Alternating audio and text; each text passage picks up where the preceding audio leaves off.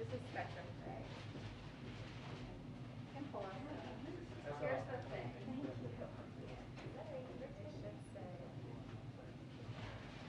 No, you always sit down. No worries. No, congrats. Roll up. So it's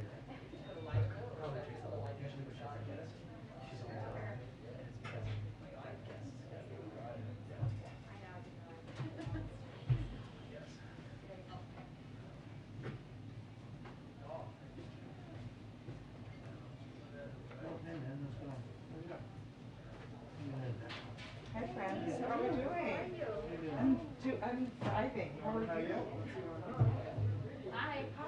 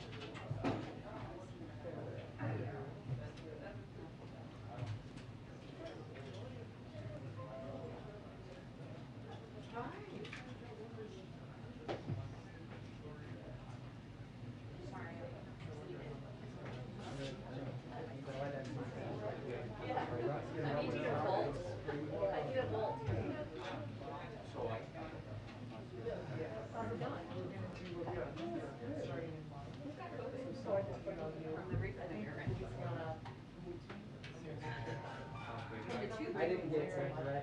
Hello. I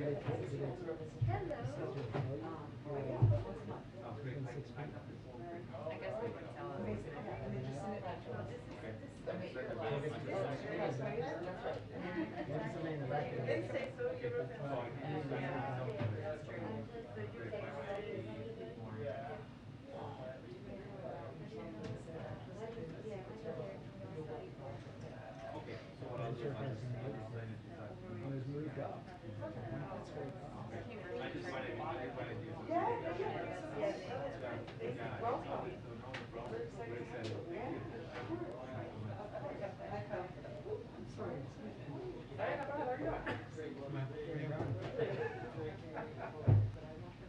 These are still going up on my burger. Yeah. That's awesome. Thanks so much. Wait. So the mail was still there. Yeah. Not an official statement. Thank you. Thank you.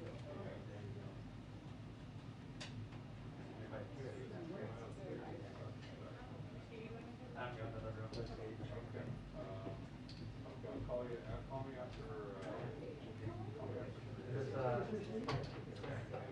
Yeah. That looks like Sherry's cartoon. Oh, really? Yeah.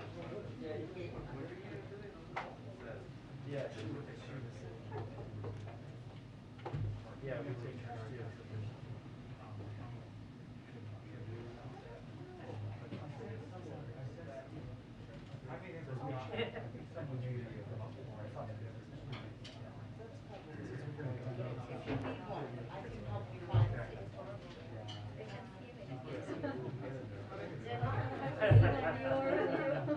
Hey, good over here.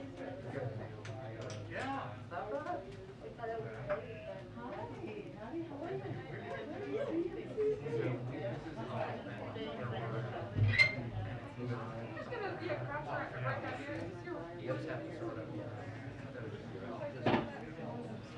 Yes, indeed.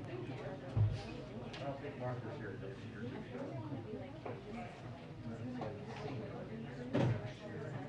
Hi guys, she's about to start soon. You might want to go out the back. Okay, thanks guys. And did you hear about the bathroom? West Wing lobby? Yes, ma'am, that's what we're looking for. Oh, this way. Come this way. Great. Amazing. Hi. Trump flushed something in the West Wing lobby bathroom. Cheer it forward, cheer it forward. Yeah, the one in the lobby. It's coming up a year later. Yeah, thank you. Man, that sounds like, you know, that's like breaking news. Is it? Yeah. The door is broken? Oh, I thought you said bathroom in the West Wing lobby. Yeah, the door, the Oh. bathroom. Thought Trump flushed something and it just came up.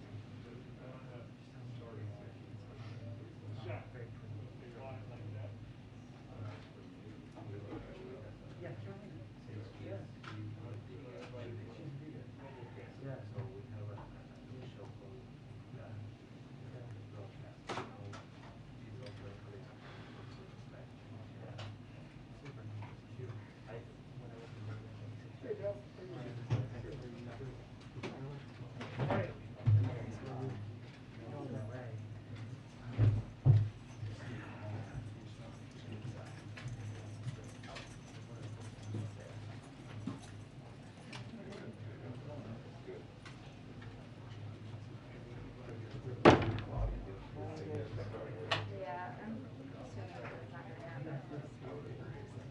There's some of them here. Check New York, you hear this?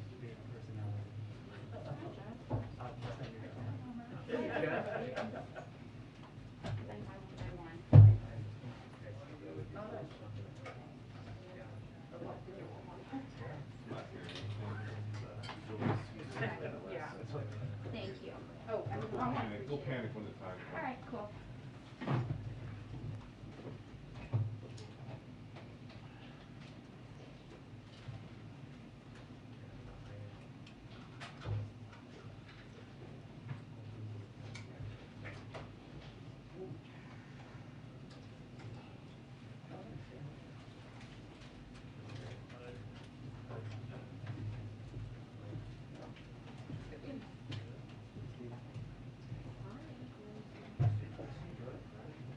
Happy Friday.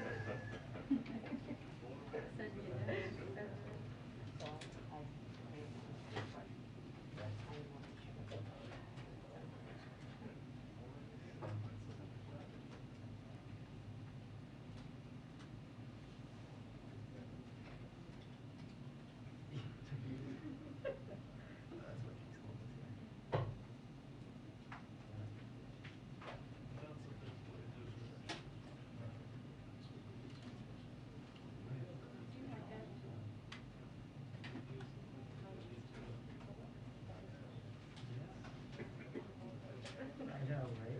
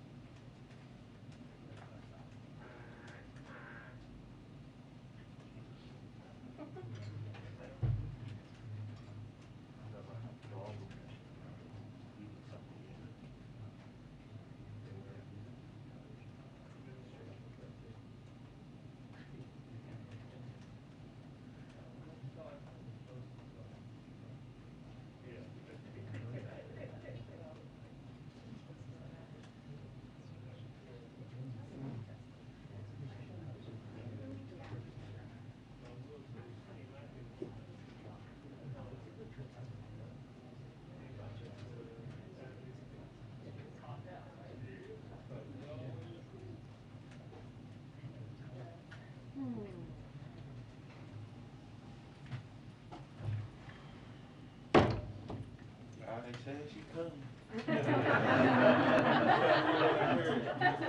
Thank you, Mike. Thanks for the intel. Is that on the record, Mike?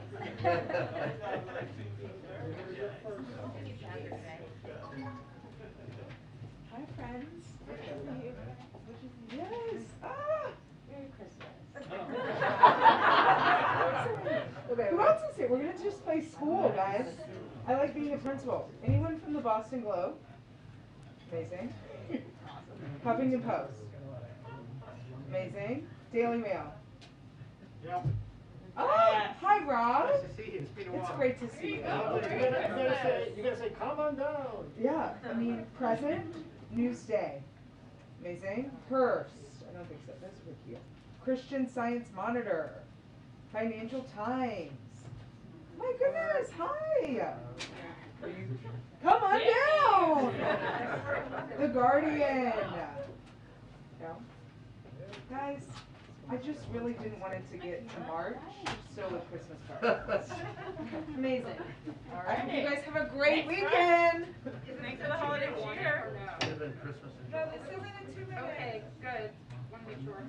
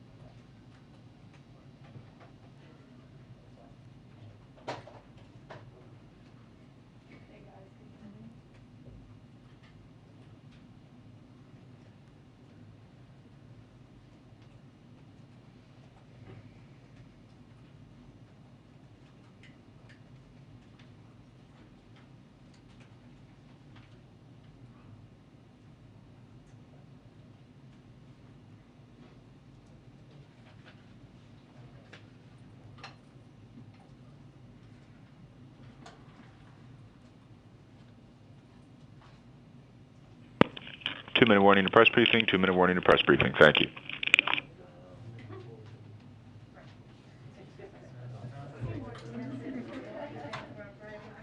I was just waiting for Castle Thunder or Wilhelm Street.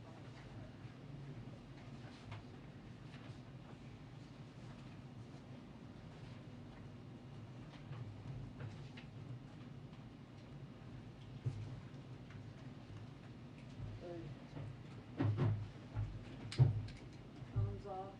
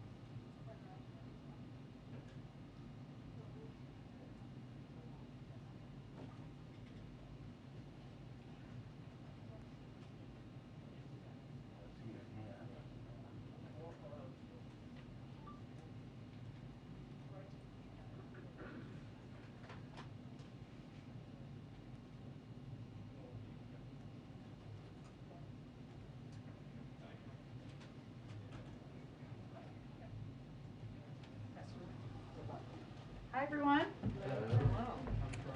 Happy Friday. So we are joined by our National Security Advisor, Jake Sullivan, today, who will give a brief update and then take some questions from all of you. And with that, I will turn it over to Jake.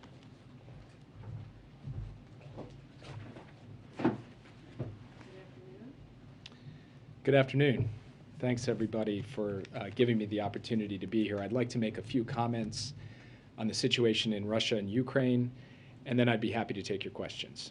We continue to see signs of Russian escalation, including new forces arriving at the Ukrainian border.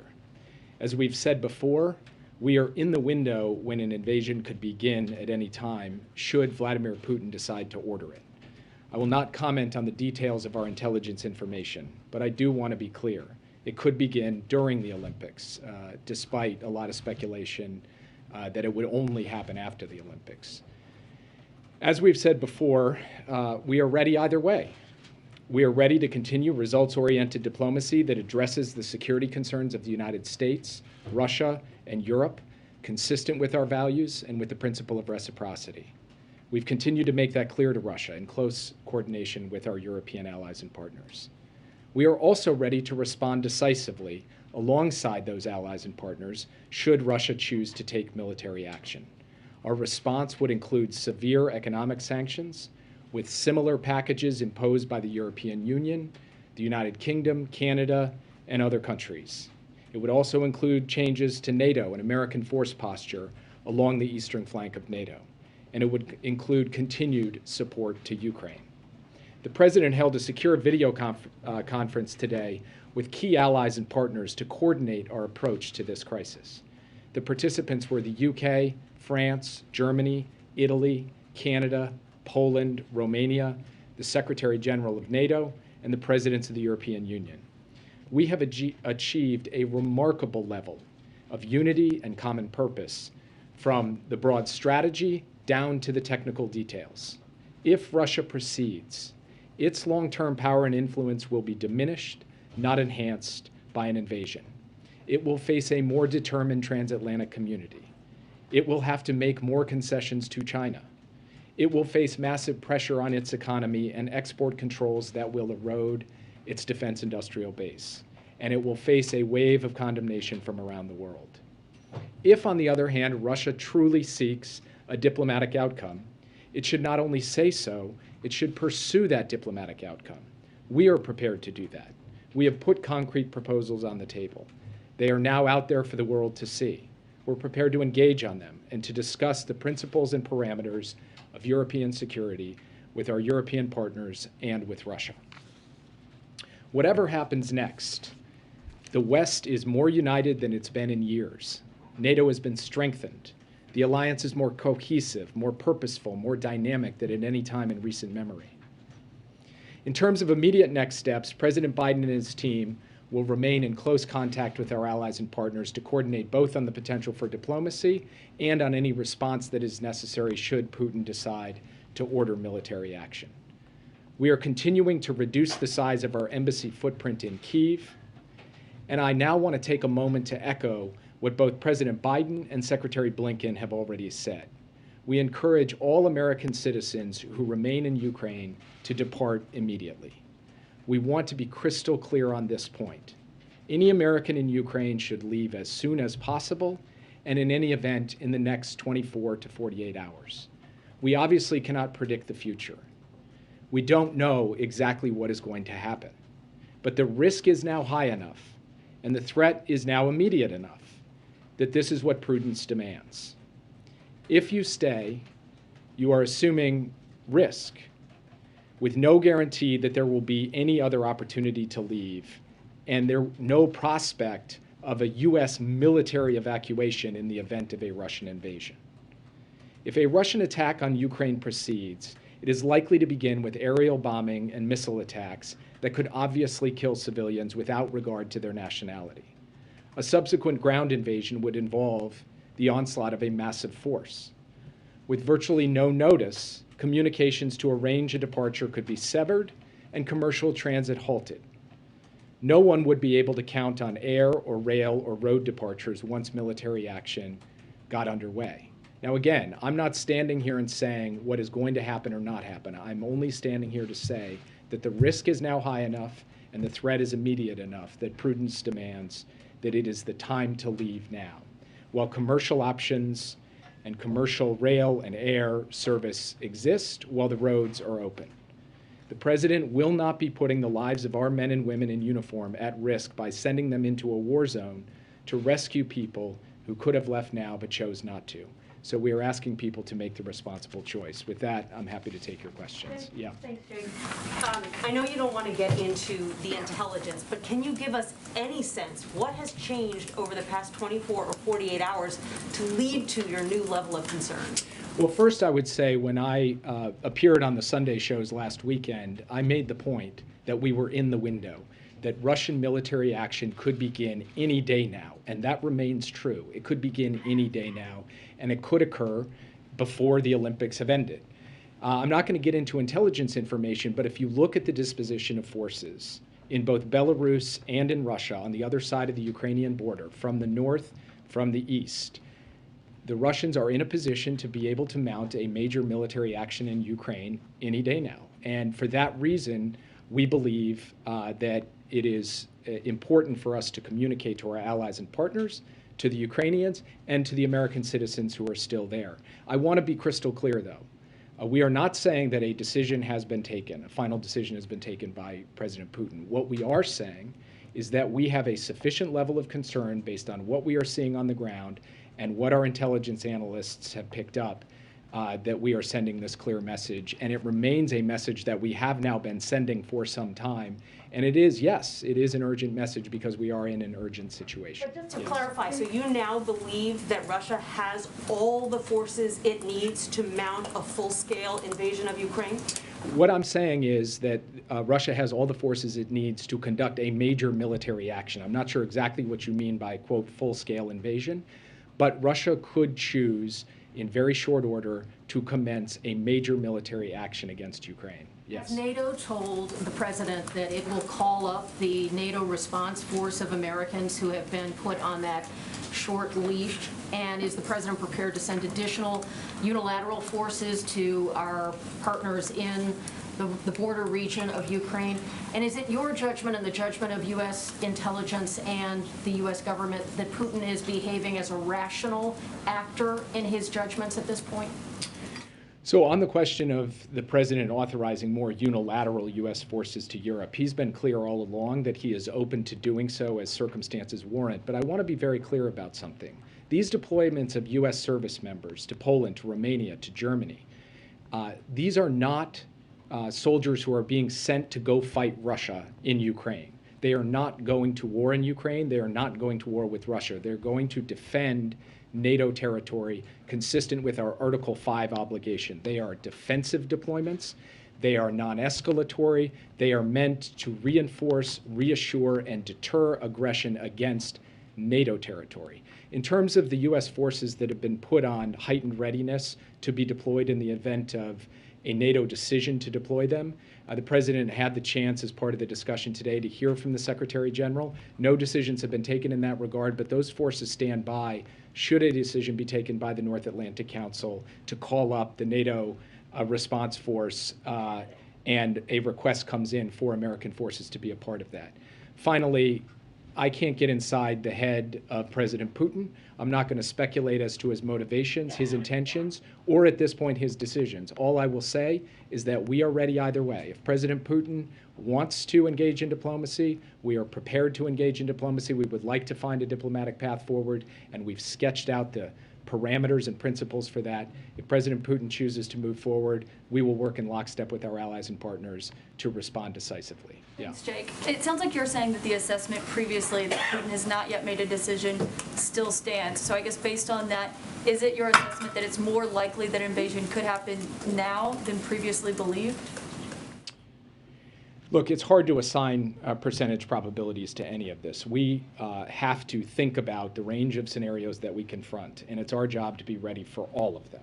So what I will say is that the way that he has built up his forces and put them in place, along with the other indicators that we have collected through intelligence, makes it clear to us that there is a very distinct possibility that Russia will choose to act militarily, and there is reason to believe that that could happen on a reasonably swift time frame. Now, we can't pinpoint the day at this point, and we can't pinpoint the hour, but what we can say is that there is a credible prospect that a Russian military action would take place even before the end of the Olympics. And the warning that you just delivered to Americans who are in Ukraine saying that they should get out now while they still can, do you have a picture of how many Americans right now are in Ukraine? I would refer you to the State Department for the specifics on this because don't know. I don't want to do it off the top of my head. There's basically two categories. There are those who have registered with the embassy and those who have not registered with the embassy. In the first category, obviously, they have a number, although some of those folks have already left and didn't deregister. In the second category, we don't know because, of course, no American is obligated or required. So you can't fix a perfect number, but they're the ones who are best positioned to be able to explain what our current picture is of American citizens in Ukraine. What I can do is stand before the world media and send a very clear message to all Americans and to any American who's in Ukraine right now who needs help, needs financial help or needs logistical help to take advantage of a commercial option to get out, please call the U.S. Embassy in Kyiv because we stand ready to provide that help. Yes. Thanks, Jake. Just two quick questions. One, are you looking at this being some kind of attack on Kyiv, on the Donbass, on another region? Do you have any sense of that? And then what is the level of confidence that the intelligence community has in what they're hearing about this plan, especially about the potential for it to come before the end of the Olympics? When you say, I'm sorry, can you repeat the second question? Just around the confidence that the intelligence world has around whether this will happen before the Olympics. The intelligence community has sufficient confidence that I can stand before you today and say what I have said, which is that there is a distinct possibility that Vladimir Putin would order a military action, an invasion of Ukraine in this window, in this time period. And that could include the time period before February 20th, before the Beijing Olympics had been completed. And so they believe that everything I have just said is well grounded in both what they are seeing on the ground and what they are picking up through all of their various sources. Now, to your question about what type of action it would be, we've been clear that it could take a range of different forms, but I want to be equally clear that one of those forms is a rapid assault on the city of Kyiv. That is a possible line of attack, course of action that the Russian forces could choose to take. They could also choose to move in other parts of Ukraine as well. The last point that I would make, and I know this has been the subject of a fair amount of back and forth between the administration and the press over the course of the past week, we are firmly convinced that the Russians, should they decide to move forward with an invasion, are looking hard at the creation of a pretext, a false flag operation, something that they generate and try to blame on the Ukrainians as a trigger for military action. And we are calling that out publicly because we do believe that if Russia chooses to do that, they should be held to account. The world should not believe that a false flag operation that they conducted is a legitimate casus belli for going into Ukraine. Yes. Thanks, Jake. You mentioned that you do not want to say that Putin has made a decision, but does the United States believe that that President Putin has made a decision? Because PBS NewsHour just reported a little bit ago that the United States does believe that Putin has made a decision and has also communicated that decision to the Russian military. Is that accurate? The report that you just referenced, which I have not seen yet, it does not accurately capture what the U.S. government's view is today. Our view is that we do not believe he has made any kind of final decision, or we don't know that he has made any final decision, and we have not communicated that to anybody. Yes. Follow up on that. It's my colleague Nick Schifrin who's doing that reporting. He's citing 3 Western and defense officials who say the U.S.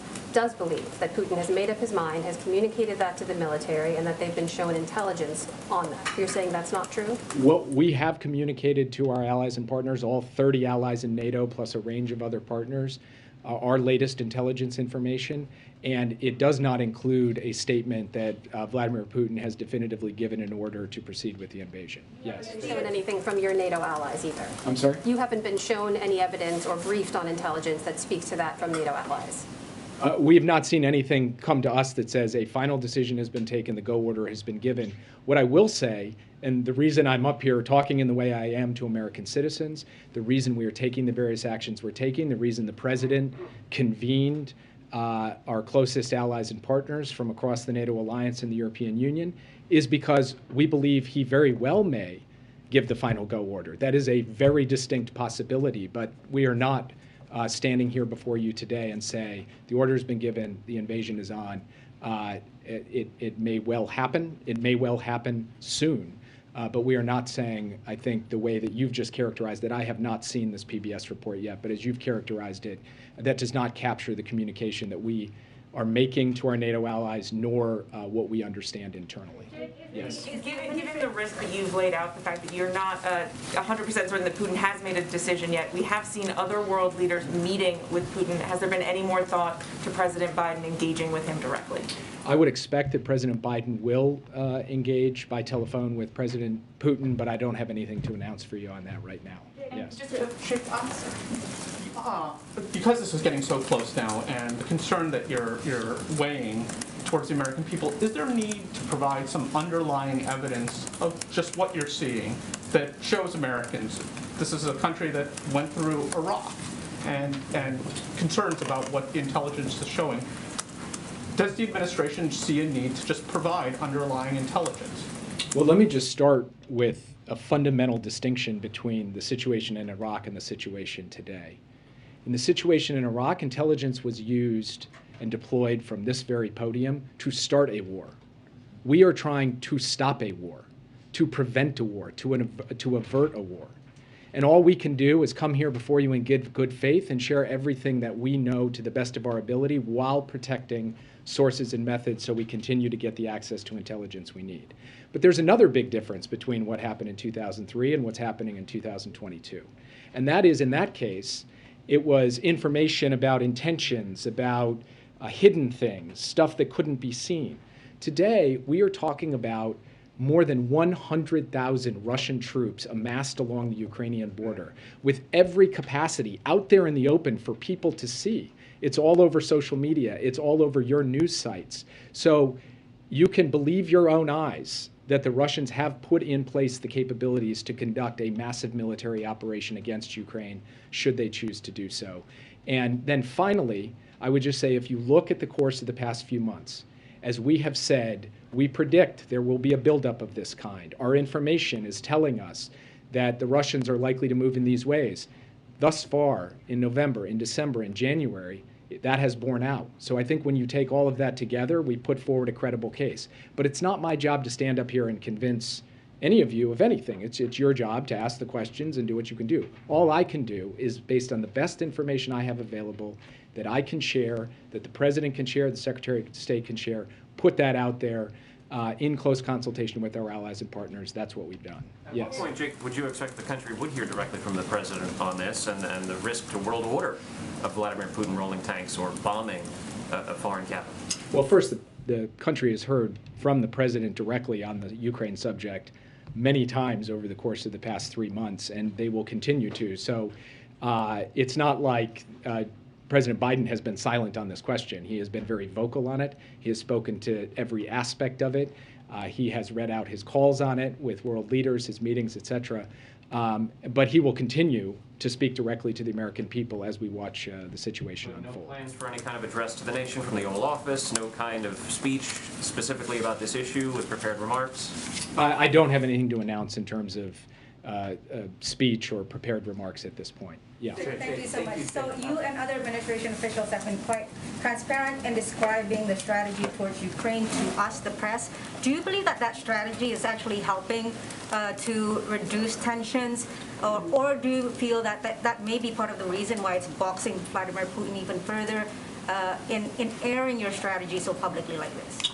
So only one country has amassed more than 100,000 troops on the border of another country with all of the capabilities and capacities to conduct an invasion. That country is Russia. That country is not the United States. So the fastest way to de-escalate this situation for all involved would be for Russia to choose to de-escalate its mobilization of forces.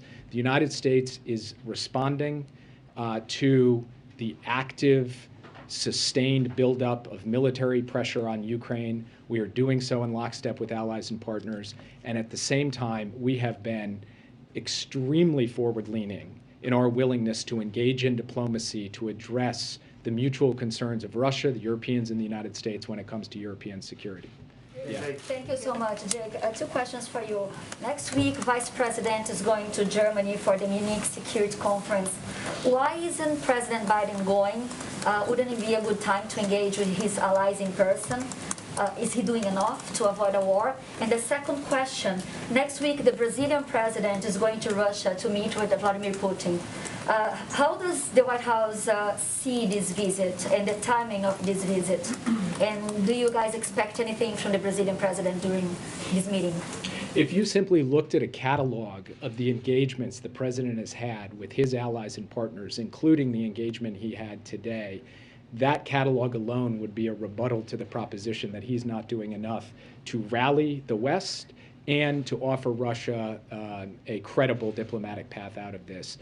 That's included phone calls, it's included meetings, it's included video conferences, it's included just countless sustained effort over the course of months, and we will continue with that. And we're also very proud to have the Vice President representing the American delegation at the Munich Security Conference. Question about the president meeting Vladimir Putin next week. The Brazilian president is obviously, free to conduct his own diplomacy with other countries, including with Russia, and I really don't have anything else to add on it today. Yes. Thanks, Jake. You mentioned the possibility of an assault on Kiev specifically. What is your sense if Putin does decide to invade Ukraine? Is he looking to invade and take over the entire country or a part like Crimea in 2014? And just one follow-up as well. How do you explain the disconnect between the rhetoric that we're hearing, or the warnings we're hearing from you and other Western countries, and what seems to be a playing down of the risk from Ukraine itself? So I won't speak to the decisions that the Ukrainian leadership is making in terms of how they're communicating on this issue. I will only say that we are coordinating extremely closely with them. President Biden has spoken multiple times with President Zelensky. I speak nearly every day with senior aides to President Zelensky. Secretary Blinken is deeply engaged with both his counterpart and the president in Kyiv. So we will continue that level of coordination, sharing of information across every dimension of our government. But I can't characterize why it is that they're choosing their course. I can only say that based on the information we have, we've chosen to be as transparent as possible with what we see as a significant risk of military action in Ukraine. And as to your other question, I can't obviously predict what the exact shape or scope of the military action will be. As I said before, it could take a variety of forms. It could be more limited, it could be more expansive, but there are very real possibilities that it will involve the seizure of a significant amount of territory in Ukraine and the seizure of major cities, including the capital city. Yeah. One second, let her go. Jake. The president's departure is at 2:25, and Yeah. so if people want to leave, they need to leave now? If people want to leave, they should leave now. We'll proceed. Jake but- is not one of those people. If Jake, people go ahead. are going Jake. to the departure from the president, you should depart now. But Jake. Do you think that Russia? Thank you. Sorry, I'm just going to give people a moment to, I guess, if they have to. Okay, yeah. Thank you, Jake. I'll wait until people get up. Okay.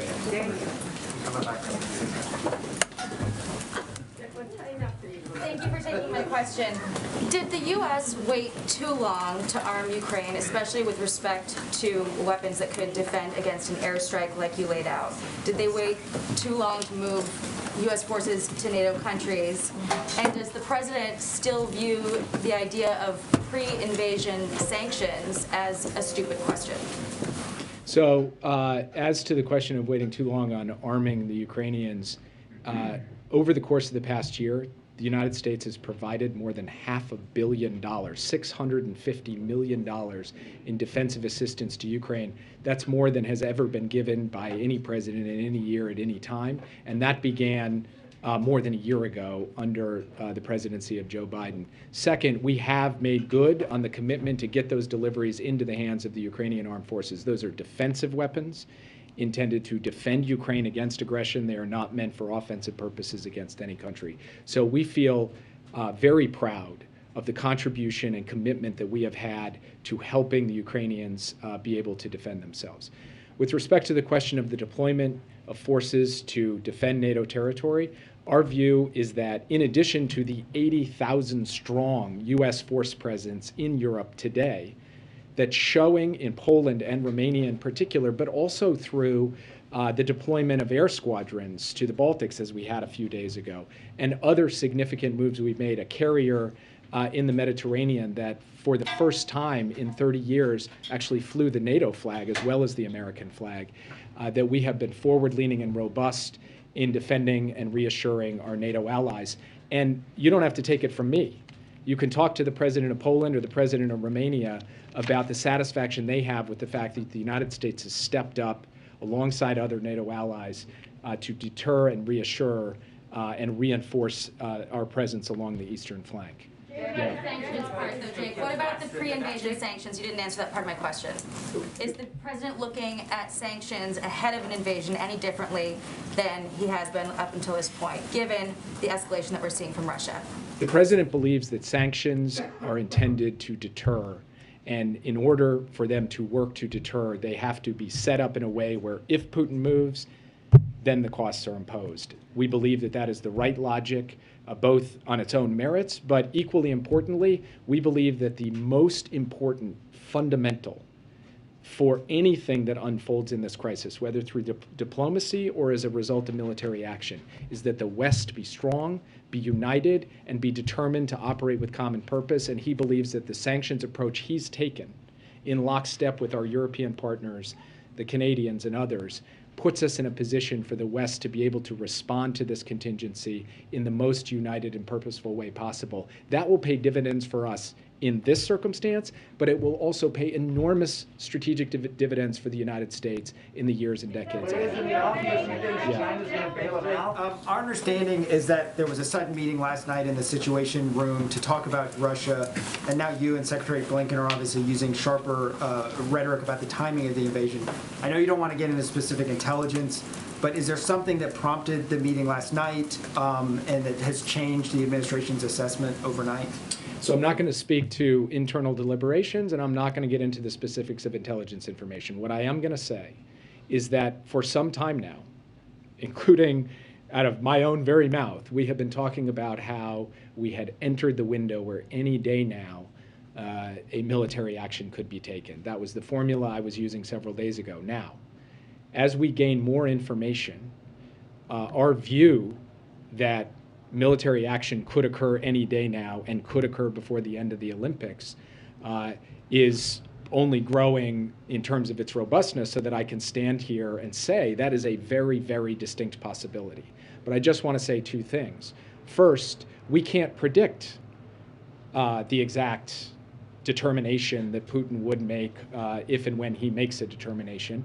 So all we can say is that the strong possibility of action, the distinct possibility of action in a relatively near-term time frame, including along the time frame that I've laid out, that Secretary Blinken talked about, that is backed up by our view of what's happening on the ground, and it's backed up by information that we continue to acquire day by day, including over the course of the past few days. Yes. Do you believe that? Why would? Can you delve into a little bit more? Why would Russia risk provoking China with an action during the Olympics? And secondly, can you just speak more broadly to the China-Russia, what looks like an emerging alliance here on certain issues, and how much does that concern you? So I'd say three things about this. First, Russia's calculus vis-a-vis China, whether they're going to make Beijing upset or not, that's kind of between Russia and China, and Putin will obviously have to decide what he wants to do on that front. China also has its own decisions to make. And to the extent that they are giving a wink and a nod or a green light to a Russian invasion of Ukraine for no justified reason, I believe that China will ultimately come to suffer consequences as a result of that in the eyes of the rest of the world, most notably in the eyes of our European partners and allies. And then finally, I would just say that we do not believe that China can compensate Russia for the economic losses that would be sustained in the event of an invasion due to sanctions and export controls and the like. Just one more thing on the broader issue of China and Russia, because there was quite a bit of hype about the statement that they put out, and it was a notable statement that we have taken a careful look at. I've said this before, I want to say it again, and then I'll leave because Jen is now standing up, and I think it's well past my time to go. The United States, under the Biden administration, has confidence in us and in the West. We are 50% plus of global GDP. China and Russia are less than 20%. We have innovation, we have entrepreneurship, we have freedom. And when you put all of that together, the tools and capacities that we can bring to bear, now that we are more united, more purposeful, more dynamic than we have been in a very long time, we are well situated to be able to deal with any threat or challenge that would be posed to us by any autocracy in the world, including the two that you just mentioned. So let me just leave it at that. Thank you, guys. You don't think China could bail him out from sanctions, right, Jay? To be clear, you can come as long as you want. I just don't want to get in trouble with your team when we ask you to come back the next time. Can we get a read on the pool situation? Absolutely. Apologize for the confusion. So the president's still in a meeting. Karine here is going to monitor when he gets out of the meeting, when you all need to depart. Amr or others, if you want to come back. Sorry, we did not want you to miss the president's departure, but we had a little miscommunication internally. Yes, and he is still meeting, so it will not leave without him. We have been assured of that.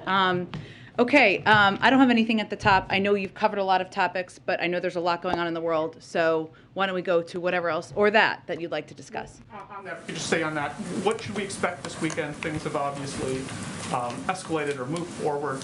Is the president going to be talking to European leaders? What should we expect this weekend as this moves forward? Sure. Well, as you know, the president just spoke with a number of his European counterparts, as well as Prime Minister Trudeau. I believe we put out, have you seen a readout yet of his call with Prime Minister Trudeau? If not, I will give it to you right now. Have you seen it yet in your inbox? Okay, this is what happens when you don't bring your phone out here, so here you go. Today, Prime Minister Trudeau was obviously part of the planned meeting as well. He also had a separate meeting with him where they discussed the ongoing blockade of key bridges and crossings between the United States and Canada, including Detroit-Windsor, Sweetwater, Coots and Pembina Emerson. The two leaders agreed that the actions of the individuals who are obstructing travel and commerce between our two countries are having significant direct impacts on citizens' lives and livelihoods. The president expressed his concern that United States companies and workers are experiencing serious effects, including slowdowns in production, shortened work hours, and plant closures. The prime minister promised quick action in enforcing the law, and the president thanked him for the steps he and other Canadian authorities are taking to restore the open passage of bridges to the United States. In turn, the Prime Minister also thanked the President and his administration, the Governor of Michigan, and U.S. officials for all of the assistance that we have provided to resolve the disruption, and the two leaders agreed to stay in close touch. In terms of this weekend, I just wanted you to have that component, another important thing happening right now. In terms of this weekend, as you know, the President will be at Camp David, which is fully equipped to have engagements of all sorts, including with his national security team or European counterparts. We are making these decisions about who he'll engage with on a day-by-day basis. We will keep you all abreast of that, as we have done to date. But he'll be at Camp David, and I would expect that he'll be engaged closely with his teams here, as well as his foreign counterparts. On the Supreme Court, Yeah. when will President Biden meet with Senate Republicans in the Judiciary Committee? And also just a point of clarification from the interview with Lester Holt. I believe he said about 4 people he's doing the deep dive on. 3.5, 4.5. There's no 3.5 people, Homer. If you could, just offer, are we down to 4 finalists? Well, I'm not going to build on what the president said. It is natural that as this process has proceeded, that the list would become smaller. That's a natural part of the process. But again, as he's said many times, he is looking at a range of qualified individuals, strong legal minds, individuals with strong credentials, who have strong character and a dedication to the rule of law. But in terms of the specific numbers, I understand your question. It's natural it will be growing smaller, but I don't have anything to build on to what he said. Senate Republicans? He will continue to consult closely with Democrats and Republicans. That will continue into next week, but I don't have anything to preview for you at this point in time. Go ahead. Thanks, Jen. The diplomats that are being moved out of the U.S. Embassy in Ukraine, where are they going? Are they going to other countries? Are they being taken to safer locations within Ukraine? What can you tell us? It's a great question. I'd really refer you to the State Department. Typically, when we reduce a presence at an embassy, that means they depart the country. But I can certainly check with them and get you more details on that. Typically, it means they would return to a home base. What's the administration's current assessment of Putin's strategy in the Black Sea? Is it to cut off Ukraine's naval access? In terms of the exercises, I mean, our assessment is that this is a part of ongoing escalatory actions, whether it's military exercises or the buildup of more troops that we have seen at the border in terms of what it means and what he's preparing for. I would point you to what our national security advisor just said, which is that, you know, we continue to watch closely to assess. Our role here is to prepare for a range of steps he might take, but beyond that, I don't have any prediction of what that means. Go ahead. Thanks, Jen. Has the U.S. shared the latest intelligence with Ukraine, and does the U.S. feel that the Ukrainian government is properly preparing its citizens for the possibility of a war, because it seems like they keep downplaying it? Well, I'm not going to speak for how the Ukrainian officials, leaders speak or engage with their citizens, but we do engage very closely with them, sharing of information as we do with our European counterparts, and that has been the case at every point in this process. Is the State Department doing anything right now to help Americans get out of Ukraine, or just warning them to get out on their own? Well, we have been warning for several weeks now, if not longer, that American citizens should depart. And I think you heard our national security advisor give a pretty stark warning of what would happen on purpose, what would happen if Russia were to invade, in the difficulty of not just being in the middle of a military zone, but also the difficulty of departing or getting out, and the fact that means of departure could be cut off. And that was, we feel, important for American citizens in Ukraine to understand. We have been conveying that if American citizens don't have the means to depart, that we would provide assistance for those purposes. That has been the case for several weeks now. If we don't know if Putin has made up his mind, why are we hearing this warning from Jake Sullivan that Americans should get out, ideally within the next 24 to 48 hours specifically? I don't believe we've heard that window from him before. Because we recognize that if President Putin were to decide to invade, that this would make it a very difficult circumstance on the ground for American citizens. We don't have an assessment, as you heard him say, of him making that decision, but he could make that decision at any point. And we want to be very clear and direct with American citizens about the risk that that would pose to them, that the risk that would be posed to any civilian if they remain in the country. And this is now the second evacuation of Americans in the course. It's not actually an evacuation, to be clear. American citizens can depart Ukraine. There are means of departing Ukraine. This is not a country where we are at war, where we have tens of thousands of troops who have been fighting a war for 20 years, so it's incredibly different. Correct. You are correct in that. But it's the second time we've urged American citizens to get out of a country. Actually, we've urged American citizens to depart a number of times, and that is. Well, I think this, but let me finish here, because I think it's important for people to understand. We urged American citizens to depart Kazakhstan. We urged American citizens to depart Ethiopia. This is a responsibility that the State Department and our diplomats who are serving there and serving around the world take on to keep American citizens safe. And it may not be front and center on the news in the United States, but those are conflict areas and zones where we are constantly monitoring. But these are the two major events that have happened under this administration. And what does I would say the people in Ethiopia would differ with that, as would the people in Kazakhstan or other parts of the world where they have been under dangerous circumstances, and they look to the United States to provide up-to-date information of their safety and security in the country. The President has frequently talked about getting out of Afghanistan as a major event. It has impacted his polling. This is a current event that is underway.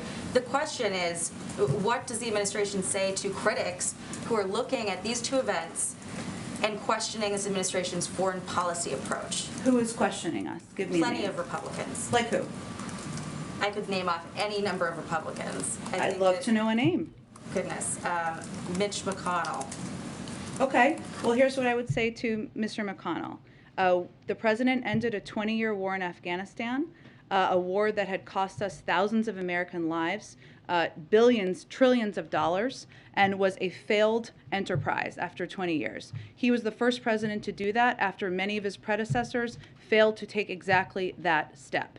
We knew it would be complicated. We knew it would be challenging. He had the courage to get our troops out of there and end a 20-year war. This is entirely different because we are not ending a 20-year war. We are trying to prevent war here. We are trying to keep American citizens safe in Ukraine by encouraging them to depart, by providing them information about what the security circumstances are on the ground. And I think it's important for the American public to understand the significant differences between these different scenarios. Go ahead. Back to the Supreme Court for a moment. Can you rule out that the president would be meeting with any of his candidates this weekend at Camp David? Here's what I can tell you. There's not plans for that, but I can tell you that it could be as early as next week. I would not echo reporting that it is definitely next week. Given the heightened state of concern about Russia and Ukraine, does that at all affect the timetable for the president on his Supreme Court pick, simply because of the time and attention he would need to devote to that, and because Senate Democrats were very upfront saying they were encouraging the president to move quickly? Do you sense that there is an increase in the tempo for the president to move on his selection process? We remain on track for the president to make a decision, an announcement on who he's going to nominate to the Supreme Court this month, in the next few weeks. That was his intention from the beginning, remains his intention now, and he will continue to read a range of cases, study the materials about a range of candidates. That has not been changed by whatever decision President Putin makes. Go ahead. And Jen, in the NBC interview, the president said he rejected the findings of the after-action report about the State Department and military response to Afghanistan. Does that mean the president has ruled out any action that might be viewed or read as accountability? Well, Steve, I think it's important for people to understand there was no after-action report. The Washington Post report was not an after-action report. It was based on a range of FOIA documents, which is their right to do, based on individual interviews of members of the military, including many who were not a part of policy-making decisions in the Situation Room. Some were, many were not. But that is not an after-action report. There was also a report from CENTCOM on the attack at Abbey Gate on Friday, which the president certainly stands by, and that was important work, vital work, a formal report and review that was done internally. So I just want to separate the two for people's understanding. What the president was rejecting is the notion that there weren't a range of preparations done in advance over the course of last spring and last summer. And it's important to remember that we made the decision, he made the decision to end a 20-year war. He came into office without any plan. Well, there was a deadline, but without any plan for departure or for helping the Afghans who had served by our side for 20 years. We put in place, and this is in these same documents, beginning last spring, a plan, a range of contingency plans, should we need to bring American citizens out or bring Afghans out. We put in place, we positioned military troops on the ground, working with Department of Defense back in early summer to ensure that we could execute on that plan. And in every single meeting last August, the president asked the team, and often ended the meeting with this, is there anything you need to implement what your plans are? Is there anything you need on the ground? He always ended with that. I'd also note that he always raised the question of whether we needed to evacuate our embassy and our Americans who were serving in our embassy there. That decision was always posed to the group at the table. That decision was not made until August 12th. So reporting that suggests otherwise is incorrect. That is the state of play that happened last summer. Go ahead. A question on inflation, since this is the first time we've had a briefing since those numbers came out. The president has said the administration is going to continue to be all hands on deck to try and bring prices back down. Can you give us a sense of what that really looks like? Because you've pointed many times to parts of the Build Back Better agenda. That remains stalled. In fact, one of Senator Manchin's big objections to the bill was the high rate of inflation. So if the Build Back Better plan sort of remains at this impasse, what's plan B to try and bring down some of these costs?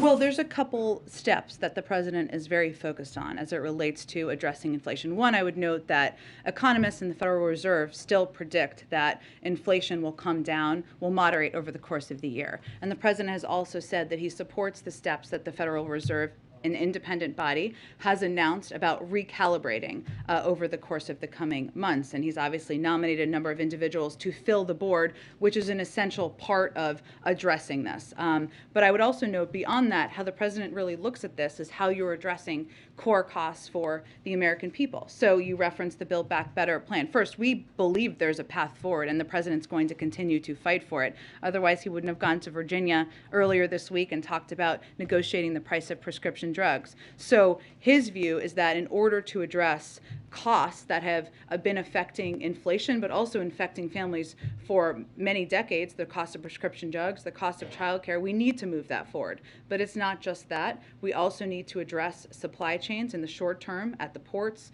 rebuild our manufacturing infrastructure, make sure that we are implementing the bipartisan infrastructure law and continuing to press for the competitiveness legislation that will help ensure we have funding for chips for manufacturing of cars here in the United States. And you've also heard him talk a fair amount about promoting competition, and that addresses issues like we've seen price increases in the meat industry and others, and that will help bring down costs for Americans. So there is certainly a significant and important, a vital role that the Federal Reserve plays. They are independent. He wants that board to be completely filled, but there are a number of other steps we are working to take to lower costs for the American people. And just one follow-up on the question about the embassy in Kyiv. Yeah. You said that you're continuing to reduce the size of the embassy. To be clear, you're not talking about closing the embassy just yet. So what size are we talking about? How much of a reduction here? I can check with the State Department. It's a good question, but they really have purview over those numbers, and that's where we are in the process at this point in time. Go ahead. Jen, what does the White House make of the reporting that former President Trump is still in touch with Kim Jong-Un? Well, former President Trump is not the president, and President Biden is the president, and he is the one who conducts diplomacy on behalf of the United States. One other topic, I see that the president spoke with Prime Minister Trudeau about the blockade. What is the White House doing to help sort of alleviate the trade issues that he raised in that call? And more broadly, is the White House or is the government preparing for any kind of similar types of demonstrations here?